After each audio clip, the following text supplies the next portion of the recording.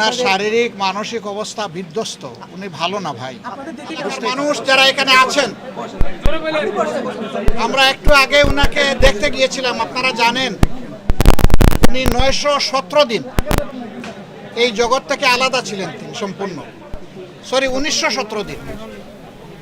এরপরে আল্লাহর অশেষ মেহেরবানিতে দেশে একটা পরিবর্তনের প্রেক্ষাপটে তিনি ফিরে এসেছেন, কিন্তু ইতিমধ্যে তিনি তার অনেক আপনজনকে খুঁয়ে ফেলেছেন।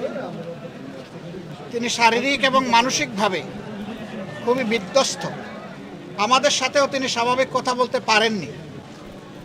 আপনাদের উপস্থিতিকে সম্মান করে তিনি আমাদেরকে অনুরোধ করেছেন তার পক্ষ থেকে আপনাদেরকে সালাম জানানোর জন্য। এখন আমি তার সালামটাই আপনাদেরকে পৌঁছাচ্ছি। আসসালামু আলাইকুম ওয়া রাহমাতুল্লাহ।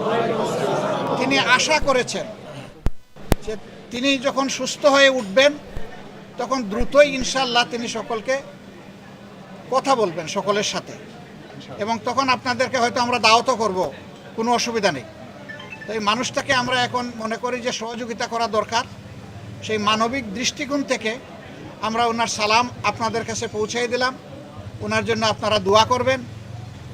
ওনার উপরে যা হয়েছে সব কিছু সাক্ষী আল্লাহ। এই ব্যাপারে আমরা আর বেশি কিছু বলতে চাই না। উনি যেন বাকি জিন্দেগিটা অন্তত সুস্থ আলোতে থাকতে পারেন, এবং আল্লাহ তাআলা যেন তার দ্বারা কোনো খেদমত যেটা পছন্দ করেন সেটা যেন তার কাছ থেকে কবুল করেন। আপনাদের এই কষ্ট করার জন্য আপনাদেরকে ধন্যবাদ, এবং আবারও ইনশাআল্লাহ তিনি আপনাদের সাথে সরাসরি কথা বলবেন এই আশাবাদ ব্যক্ত করে আমরা এখানেই বিদায় নিচ্ছি। আসসালামু আলাইকুম ওয়া রাহমাতুল্লাহ। ওনার শারীরিক মানসিক অবস্থা বিধ্বস্ত, উনি ভালো না ভাই, বুঝতেই পারছেন। আপনাদের খোঁজ খবর নিয়েছেন কিনা যে আরো কোনো ওই নেওয়ার মতো পজিশনটা ওনার নাই। এই জন্য আমরা এটার ব্যাপারে ইনশাল্লাহ উদ্যোগ নেব। ওনার সাথে কিছু পরামর্শ করেছি, ওনার আত্মীয় স্বজন আছেন, তাদের সাথেও পরামর্শ হবে। সব মিলে ইনশাল্লাহ খুব শিগগির আমরা উদ্যোগ নেব। আপনারা দোয়া করেন। জীবন থেকে এতগুলো বছর যে চলে গেল, এই জন্য আপনারা এখন আইনগত ব্যবস্থা নেবেন কিনা সেইটাও এখন বলছি না, দোয়া করেন আপনারা। দেখছেন গোলাম আজমের বাসায়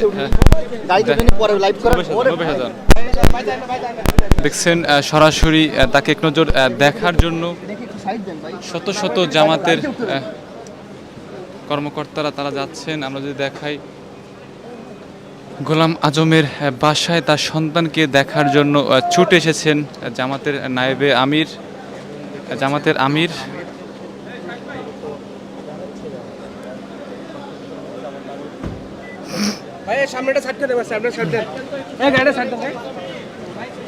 শত শত জামাতের কেন্দ্রীয় নেতারা রয়েছেন, তার বাসায় ছুটে এসেছেন,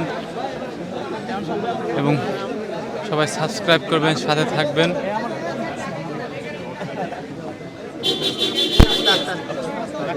তাকে এক নজর দেখার জন্য ছুটে এসেছেন। দেখছেন তার বাসায় শত শত মানুষ।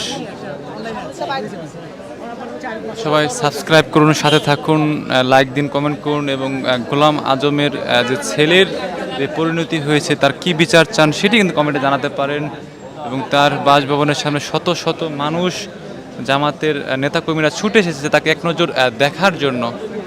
এই ছিল সর্বশেষ লাইভ। করুন, সাথে থাকুন।